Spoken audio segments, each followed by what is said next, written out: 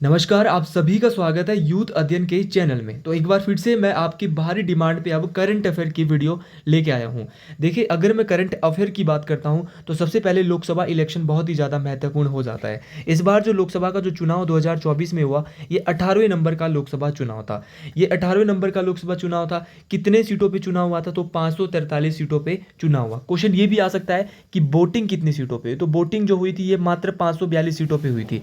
देखिए, चुनाव 543 में, लेकिन वोटिंग 542 में हुई थी, क्योंकि एक सीट जो है वो गुजरात की जो सूरत सीट है वो पहले ही जो जीत गई थी बीजेपी। देखिए, क्वेश्चन बहुत इंपॉर्टेंट ये आ सकता है कि जो 2024 का जो लोकसभा चुनाव था, ये कितने चरणों में हुआ, कितने स्टेजेस में हुआ था? तो ये 7 स्टेजेस में हुआ था, 7 चरणों में ये चुनाव हुआ था। देखिए, चुनाव की जो तिथि थी ये भी पूछी जा सकती है। 19 अप्रैल से 1 जून तक ये चुनाव चला था और 44 दिनों तक ये चुनाव चला। हर एक क्वेश्चन जो है इसमें इंपॉर्टेंट रहने वाला है। अगर आपसे पूछा जाएगा, चुनाव 44 दिन तक चला था, कुल मतदाता जो है, टोटल जो वोटर्स थे वो 96.8 करोड़, याद रखना, 96.8 करोड़ टोटल वोटर्स थे, जिसमें पुरुष मतदाता जो थे वो 49.7 करोड़ थे और महिला जो मतदाता थी वो 47.1 करोड़ थी। ये मोस्ट इंपॉर्टेंट है, ये डाटा आपने सारा का सारा जो है याद रखना है। खुद मैंने इसको अपनी मेहनत से जो है तैयार किया है भाई। हिमाचल प्रदेश में वो किस चरण का मतदान हुआ था? तो हिमाचल प्रदेश में जो है वो 7वें चरण का मतदान हुआ था 1 जून को, ये भी आपने याद रखना है। चुनाव के जो नतीजे अब आ तो चुनाव के नतीजे में जो है वो एनडीए ने जो है जीत हासिल की थी और 292 सीटों पे जीत हासिल की थी एनडीए ने। एनडीए और इंडिया गठबंधन ने जो जीत हासिल की थी वो 233 सीटों पे जीत हासिल की थी। अब इसके बाद मैं बात करता हूँ नए टॉपिक। ये लोकसभा चुनाव था, इसके बारे में अगर क्वेश्चन आ सकता है तो यहीं से बनेगा। इससे बाहर अगर बन सकता है तो नई जो कैबिनेट बनी है वो वहाँ से क्वेश्चन आ सकता है, वो भी आपने ढंग से पढ़ लेना है। अब मैं बात करता हूँ नई संसद भवन। देखिए, भारत में नया संसद भवन अभी बना है। नए संसद भवन की अगर मैं बात करता हूँ तो नए संसद भवन के जो आर्किटेक्ट थे, हिंदी भाषा में वास्तुकार थे, इनका नाम था बिमल पटेल। क्या नाम था? बिमल पटेल। देखिए, इस संसद भवन में टोटल जो सीटें थी ये 888 थी और किस कंपनी के द्वारा बनाया गया था नए संसद भवन को? देखिए, जो इसके वास्तुकार थे इनका नाम तो बिमल पटेल था, लेकिन आ सकता है किस कंपनी के द्वारा बनाया गया? तो इस कंपनी का नाम था डाटा प्रोजेक्ट्स लिमिटेड कंपनी। क्या नाम था?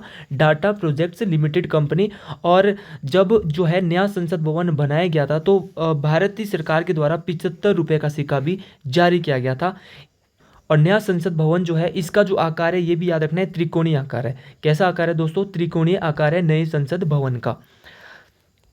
और जो लोकसभा जो अध्यक्ष होता है, इनकी सीट के पीछे यहाँ पर जो है प्रसिद्ध संघोल लगाया गया है, ये भी आपने याद रखना है।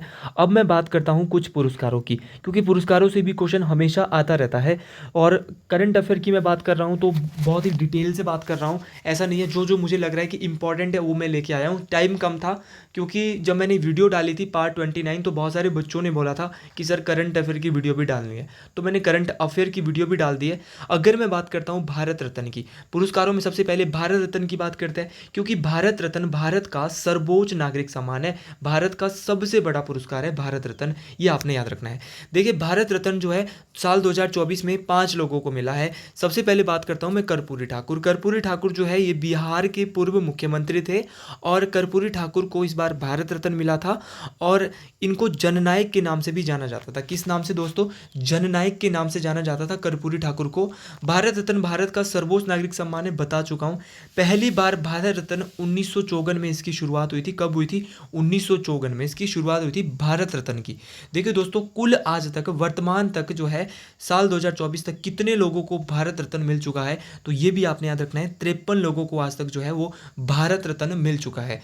इस साल जो है वो 5 लोगों को भारत रत्न मिला था। नंबर 1 कर्पूरी ठाकुर, लाल कृष्ण आडवाणी, पीवी नरसिम्हा राव, चौधरी चरण सिंह और एमएस स्वामीनाथन। सारे के सारे नाम आप याद रखेंगे, कर्पूरी ठाकुर, लाल कृष्ण आडवाणी, पीवी नरसिम्हा राव, चौधरी चरण सिंह और एमएस स्वामीनाथन। देखिए, एमएस स्वामीनाथन ये वही एमएस स्वामीनाथन है जिनको हरित क्रांति का जनक भी कहा जाता था। लाल कृष्ण आडवाणी के बारे में अगर बात करता हूँ, ये भारतीय जनता पार्टी के नेता थे। और चौधरी चरण सिंह जो है ये किसानों के नेता।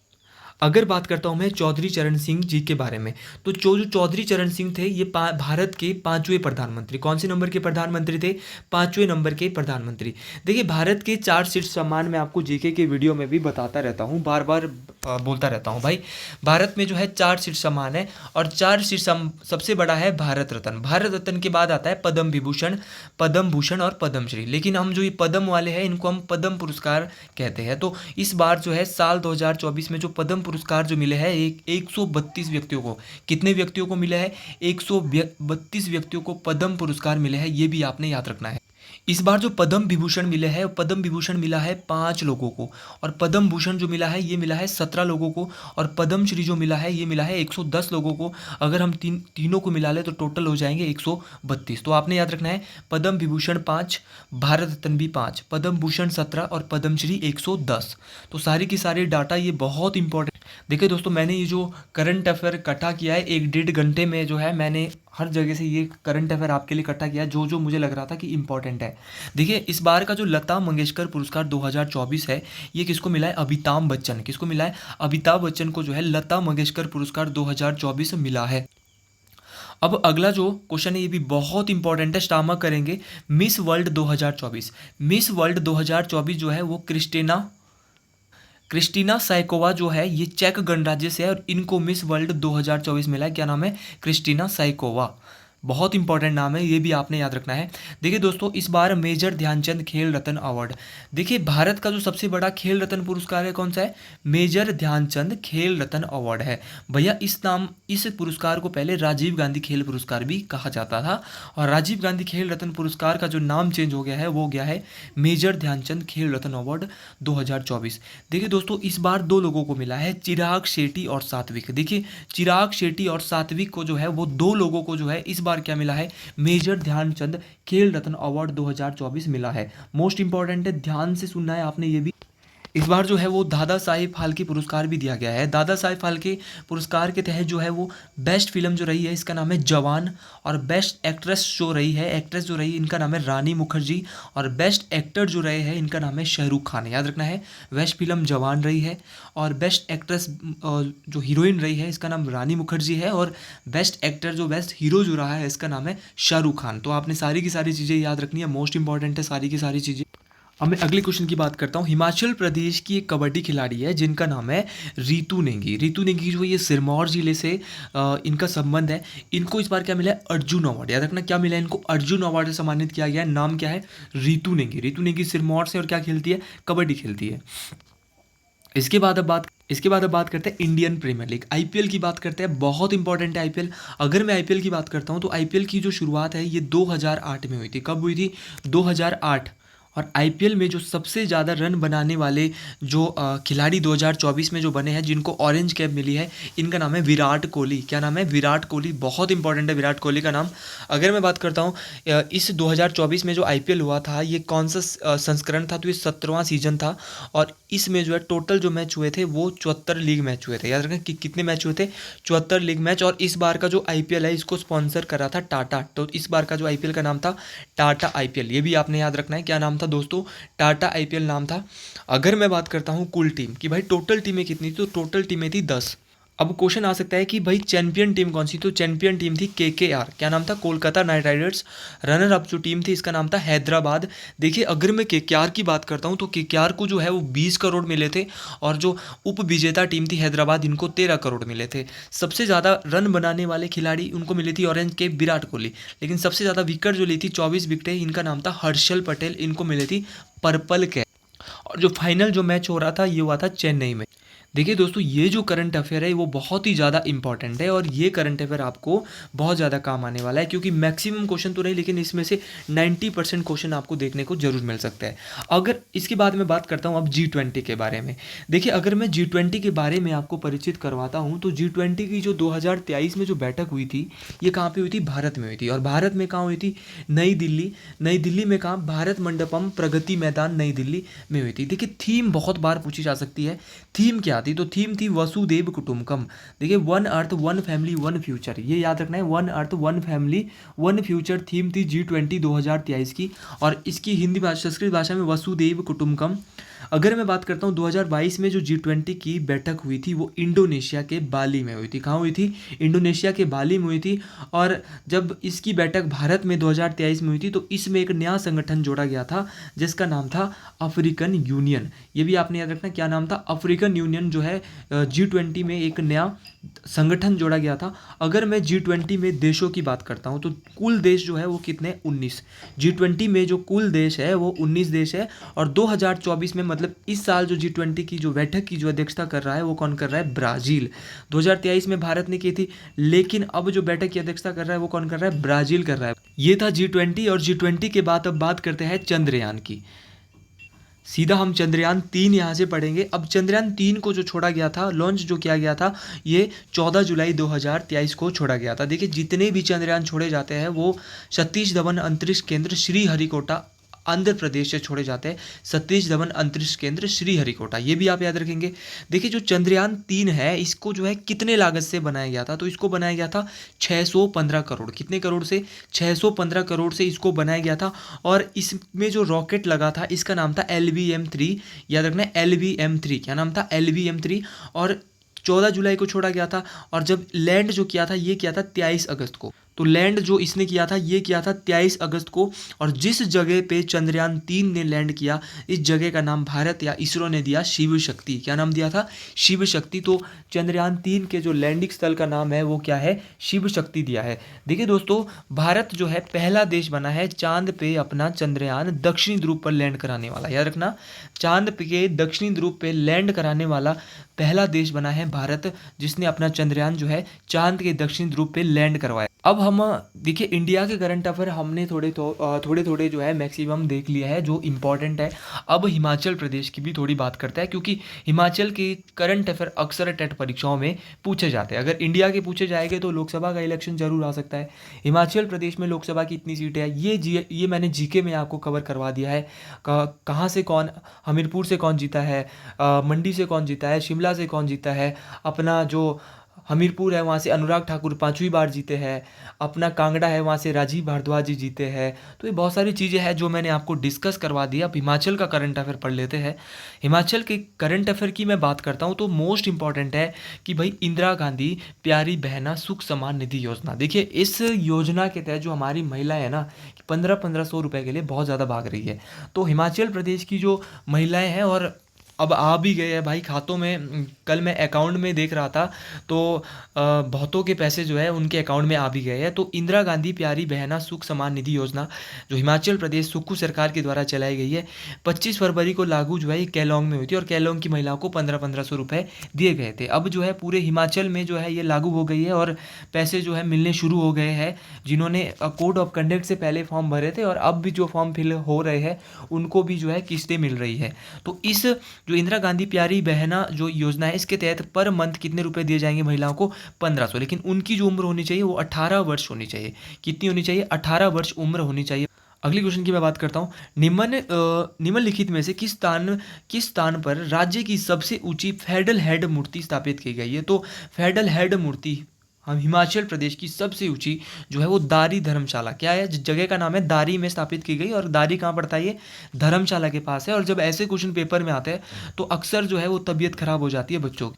अगला क्वेश्चन है मुख्यमंत्री विधवा एवं एकल नारी आवास योजना। तो मुख्यमंत्री विधवा एवं एकल नारी आवास योजना के तहत जो है जो विधवा होगी उनके लिए जो है आवास के लिए पैसे दिए जाएंगे सुखविंदर सिंह सुक्खू जी के द्वारा। तो ये पैसे दिए जाएंगे 1.5 लाख रुपए। कितने दिए जाएंगे भैया? 1.5 लाख रुपए दिए जाएंगे। इसके अलावा एक और योजना चलाई थी मुख्यमंत्री शगुन योजना। तो मुख्यमंत्री के द्वारा जो है वो शगुन दिया जाएगा बेटियों को। तो ये जो है दिया जाएगा 31,000 रुपये। कितना दिया जाएगा भैया? 31,000 रुपये। Most important. और अगर आपको इस करंट अफेयर की PDF चाहिए, मतलब कि पूरे फोटो आपको चाहिए, तो आप इस नंबर पे कांटेक्ट कर सकते हैं। तो ये नंबर मैंने यहाँ पे आपको दे दिया है 7876145409। अगर आपको पूरी PDF इस करंट अफेयर की तो मुख्यमंत्री शगुन योजना के तहत 31,000 रुपये दिए जाए। देखिए दोस्तों, ई उद्यान पोर्टल किसके लिए शुरू किया गया है? हिमाचल में जो ई उद्यान पोर्टल शुरू किया गया है। और किसके लिए इसको शुरू किया है? तो ये किसानों के लिए शुरू किया गया है हिमाचल सरकार के द्वारा। देखिए दोस्तों, इस PDF को बनाने के लिए मेरे को बहुत समय लग गया था। और इस PDF को मैंने पूरा बना भी दिया था 1 घंटे या 1.5 घंटे के अंदर हिमाचल प्रदेश में। तो आपको अगर मेरी मेहनत पसंद आ रही है तो ज़रूर कमेंट करें और इस वीडियो को ज़रूर लाइक और सब्सक्राइब शेयर करें भाई। आपका जो भाई है तभी आगे इस तरह काम करेगा, क्योंकि इसी साल मैंने जो है अपना चैनल बनाया था और बहुत जल्दी आपके सहयोग से जो है मेरा चैनल आगे भी जा रहा है। अगर मैं बात करता हूँ हिमाचल प्रदेश में पुरानी पेंशन योजना के तहत जो है कितने कर्मचारियों को लाभ मिलेगा, तो ओल्ड पेंशन स्कीम, मतलब कि ओल्ड पेंशन जो स्कीम थी इसी के तहत जो है वो हिमाचल प्रदेश में जो है सरकार भी शायद मैं मानता हूँ कि बनी थी लगभग, क्योंकि कर्मचारियों ने जो है लगभग वोट दिए थे, क्योंकि उनके लिए जो है पुरानी पेंशन योजना चलाई थी हिमाचल प्रदेश सरकार ने। तो कितने जो कर्मचारी है उनको लाभ मिल रहा है हिमाचल प्रदेश के, तो ये थे 1.36 लाख, मतलब कि 1,36,000 जो कर्मचारी थे इनको लाभ मिला था किसके तहत, पुरानी पेंशन योजना के तहत। अगले क्वेश्चन की मैं बात करता हूँ, किस जिले को पर्यटन राजधानी के रूप में विकसित किया जाएगा, तो हिमाचल प्रदेश में जो पर्यटन राजधानी के रूप में किस जिले को विकसित किया जाएगा, तो ये भैया कांगड़ा को किया जाएगा। बहुत इंपॉर्टेंट है। और कांगड़ा में जो विधानसभा की जो सीटें हैं वो कितनी सीटें हैं, 15। ये भी आपने याद रखना है, कितनी सीटें हैं, 15 सीटें विधानसभा की कांगड़ा में है। और कांगड़ा को जो है पर्यटन राजधानी के रूप में जो है विकसित किया जा रहा है। अगले क्वेश्चन की बात, हिमाचल प्रदेश में लोगों को कितनी बिजली फ्री मिल रही है, मतलब कि हिमाचल प्रदेश के जो लोग हैं उनको सरकार के द्वारा कितनी बिजली जो है मुफ्त में दी जा रही है, तो 125 यूनिट। अगर आप 125 यूनिट से कम बिजली फूंक रहे हैं तो आपका जो बिल है वो बिल्कुल फ्री माफ़ कर दिया जाएगा हिमाचल सरकार की ओर। अगले क्वेश्चन की मैं बात करता हूँ, परवीन सिंह लोहिया। देखिए परवीन सिंह लोहिया का नाम इंपॉर्टेंट है और ज़रूर पेपर में आने वाली परीक्षाओं में भी आ सकता है। परवीन सिंह लोहिया जो है वो किस जिले से संबंध रखते हैं, तो परवीन सिंह लोहिया जो है ये कांगड़ा जिले से संबंध रखते हैं। और इनको जो है तेंजिंग नॉर्गे अवार्ड मिला था। कहाँ से रखते हैं, इनको तेंजिंग नॉर्गे पुरस्कार हिमाचल के परवीन सिंह लोहिया को मिला है और ये कांगड़ा जिले से संबंध रखते थे। अगले क्वेश्चन की दोस्तों बात करते हैं, निम्नलिखित में से किस जिले में मुख्यमंत्री सुक्खू जी ने रिवर राफ्टिंग चैंपियनशिप का उद्घाटन किया, तो मुख्यमंत्री सुक्खू जी ने रिवर राफ्टिंग जो चैंपियनशिप जो हुई थी हिमाचल में उसका उद्घाटन किया था, तो ये शिमला में किया था। कहाँ पे किया था दोस्तों, शिमला में। अगला क्वेश्चन है कि सोलन का शूलिनी मेला किस महीने में मनाया जाता है, तो आजकल जो है हो रहा है भाई शूलिनी मेला स्टार्ट हो चुका है, तो ये जून के महीने में मनाया जाता है। जरूर ये क्वेश्चन पेपर में आएगा। जो सोलन से है वो जरूर आप जो है कमेंट करें कि सर हम सोलन से है। देखिए उसी तरह एक सूही मेला होता है जो रानी नैना देवी की याद में मनाया जाता है, ये अप्रैल के महीने में होता है, ये चंबा में मनाया जाता है। मंडी का शिवरात्रि जो मेला होता है ये फरवरी और मार्च में मनाया जाता है। अगले क्वेश्चन की बात करता हूँ। देखिए यहाँ पे अवैध खनन की मेरे को अखबार से कटिंग मिली है कि जो न्यूगल नदी है इसमें जो है वो अवैध खनन जो है हो रहा था। तो क्वेश्चन आ सकता है कि जो न्यूगल है वो किसकी सहायक है, तो न्यूगल जो है वो ब्यास नदी की सहायक नदी है। अब अगला क्वेश्चन है, और सारे क्वेश्चन बहुत इंपॉर्टेंट है, निम्नलिखित में से किस जिले में भारतीय मौसम विभाग का संग्रहालय स्थापित किया जाएगा, तो भारतीय मौसम विभाग का संग्रहालय जो है स्थापित किया जा रहा है हिमाचल के शिमला जिले में। याद रखना कहाँ पे, हिमाचल के शिमला जिले में जो है भारतीय मौसम विभाग का संग्रहालय स्थापित किया जा रहा है। अब देखिए हिमाचल में एक से एक चीज़ें हो रही है, और तो जीके के क्वेश्चन तो भाई कहीं से भी बन सकते हैं। मोबाइल पशु चिकित्सा लाभ उठाया जा सकता है, तो अगर मोबाइल पशु चिकित्सा लाभ आपको उठाना है तो आप 1962 पे क्या कर सकते हैं, कॉल कर सकते हैं। डॉक्टर कृष्ण लाल सहगल को संगीत नाटक अकेडमी पुरस्कार से सम्मानित किया गया है। ये किस राज्य से किस जिले से संबंधित है, तो ये सिरमौर जिले से संबंधित है। नाम क्या है, डॉक्टर कृष्ण लाल सहगल, इनको संगीत नाटक एकेडमी पुरस्कार से सम्मानित किया गया। थोड़ा ये पेज ही ऐसा हो गया था यार, लेकिन फिर भी आपको नज़र आ रहा होगा। हिमाचल प्रदेश में टीबी उन्मूलन का लक्ष्य जो है वो कि टीबी को ख़त्म कब तक करना है हिमाचल में, तो 2025 तक इसका लक्ष्य रखा गया है। देखिए दोस्तों 2025 तक जो है वो टीबी उन्मूलन का लक्ष्य रखा गया है हिमाचल में, ये भी आपने याद रखना है। देखिए दोस्तों अगर मैं बात करता हूँ, थोड़ी राइटिंग यहाँ पे हो सकता है कि आपको समझ ना आए, लेकिन राइटिंग मेरी ऐसी है भाई, अगर समझ आ रही है राइटिंग तो बिल्कुल आप इसमें भी थम्स अप का जो है वो देख सकते हैं। कमेंट में आपको कमेंट और लाइक में भरमार होनी चाहिए, तभी मैं आपके लिए स्पेशली करंट अफेयर लेके आया हूँ। महालक्ष्मी गारंटी के तहत लोगों को 1 लाख रुपए दिए जाएंगे, तो हिमाचल प्रदेश में एक महालक्ष्मी गारंटी योजना के तहत लोगों को कितने लाख रुपए दिए जाएंगे, 1 लाख रुपए। अब अगले क्वेश्चन की बात, अगला क्वेश्चन है हिमाचल प्रदेश में पहली रोबोटिक लैब कहाँ पे स्थापित की जाएगी, तो पहली रोबोटिक जो लैब है वो हिमाचल के बिलासपुर में जो है वो स्थापित की जाएगी। अगर मैं बात करता हूँ राज्य की पहली स्पेस लैब अंतरिक्ष प्रयोगशाला हिमाचल की पहली, तो वो भी कहाँ पे स्थापित की जा रही है? बिलासपुर में। रोबोटिक लैब और अंतरिक्ष लैब दोनों के दोनों जो है बिलासपुर में स्थापित की जा रही है। अब ग्रेमी पुरस्कार 2024 में मिले हैं, तो ग्रेमी पुरस्कार 2024 के बाद भी कर लेते हैं क्योंकि ये बहुत बार पेपर में आता है। तो ग्रेमी पुरस्कार 2024 जो ये शंकर महादेवन और जाकिर हुसैन, और जाकिर हुसैन मैं आपको बताता हूँ कि जो ये जाकिर हुसैन है ये तबला बजाते हैं। हो सकता है कल के पेपर में जाकिर हुसैन भी आ जाए अगर महादेव की कृपा रहती है।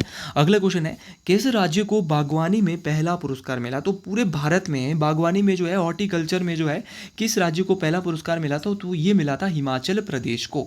अगर मैं बात करता हूँ ई पूजा प्रणाली, ये पूजा प्रणाली की शुरुआत हिमाचल प्रदेश में अब हो चुकी है। ऑनलाइन पूजा जो है हो रही है, तो इसके लिए आप ऑनलाइन आरती के लिए आप जो है ई पूजा प्रणाली के तहत कर सकते हैं। तो ये कांगड़ा जिले में जो है इसका ये शुरू की है। किस जिले ने? कांगड़ा।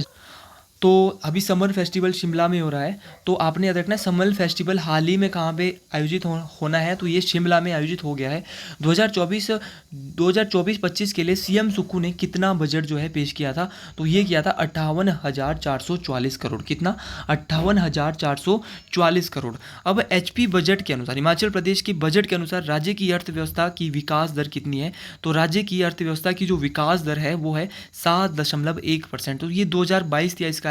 इस बार जो रह गई वो 6.9% रह गई, क्योंकि आपदा वगैरह आई थी उस कारण जो है वो 6.9% रह गई, और जो 2022-23 की थी वो 60.1%। अगर मैं बात करता हूँ हिमाचल प्रदेश के नए राज्यपाल, तो नहीं, अब बहुत टाइम हो गया है, शिव प्रताप शुक्ला। कौन है? शिव प्रताप शुक्ला। और हिमाचल प्रदेश के जो नए डीजीपी बने हैं इनका नाम है अतुल वर्मा।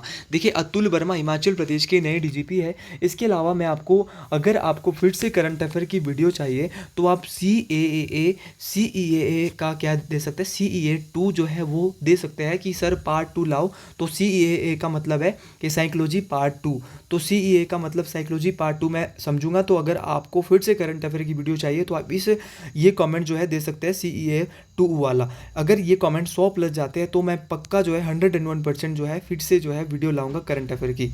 लेकिन इसके अलावा आपको पढ़ना क्या है? नई चीज़ें मैं आपको बता रहा हूँ। तो हिमाचल प्रदेश की कैबिनेट पढ़ लेनी है। देखिए गोमा जी को मंत्री बनाया गया, राजेश धर्मानी जी को मंत्री बनाया गया। किस चीज़ के मंत्री बने हैं ये पढ़ लेना है, कल पेपर में आ सकता है। उद्योग मंत्री कौन है? हर्षवर्धन चौहान है। PWD मंत्री विक्रमादित्य सिंह जी है। उप मुख्यमंत्री पहले बने हैं मुकेश अग्निहोत्री है। उनके पास परिवहन मंत्रालय भी है, उनके पास दूसरे मंत्रालय भी है। ये सारी की सारी चीज़ें आपने पढ़ लेनी है। स्वास्थ्य मंत्री धनीराम शांडिल जी है। तो ये सारे मंत्रालय आपने पढ़ लेने हैं। पंचायती राज मंत्री अनिरुद्ध सिंह है। और भारत का जो कैबिनेट बना है वो भी पूरा पढ़ लेना है कि भारत के गृह मंत्री अमित शाह जी बने हैं, भारत के रक्षा मंत्री राजनाथ सिंह जी बने हैं, प्रधानमंत्री जो बने हैं वो तीसरी बार लगातार नरेंद्र मोदी जी बने हैं। तो ये सारा करंट अफेयर आपके लिए बहुत काम आने वाला है। तो आप सारा करंट अफेयर पढ़ेंगे और आपसे उम्मीद है, और कल का जो आपका पेपर होना है उसके लिए ऑल द बेस्ट। और अगर आप सुबह 6 बजे तैयार हैं तो साइकोलॉजी की वीडियो भी आ जाएगी। उसके लिए आपको 6 बजे साइकोलॉजी लिखना पड़ेगा, तभी आपकी ये साइकोलॉजी की वीडियो मैं सुबह धनाधन लाने वाला हूँ, सुबह वाली। और सुबह माइंड भी तेज होता है, तो इस वीडियो को आप धड़ाधड़ देखें, ये आपके लिए बहुत काम आने वाली है। आज के लिए इतना ही। हर हर महादेव। आपका पेपर बहुत अच्छा हो। All the best to all students. जिसका भी 22 और 23 को एग्जाम उसके लिए ऑल द बेस्ट, और जिसका 13 जुलाई को और आगे आने वाले एग्जाम है उन सभी के लिए भी तैयारियों के लिए ऑल द बेस्ट। महादेव आपके ऊपर हमेशा कृपा बनाए रखेंगे। आपका जो स्टडी में है वो सेम चीज़ वो देखने को मिलेगी। तो आज के लिए इतना ही। जय हिंद, जय हिमाचल प्रदेश।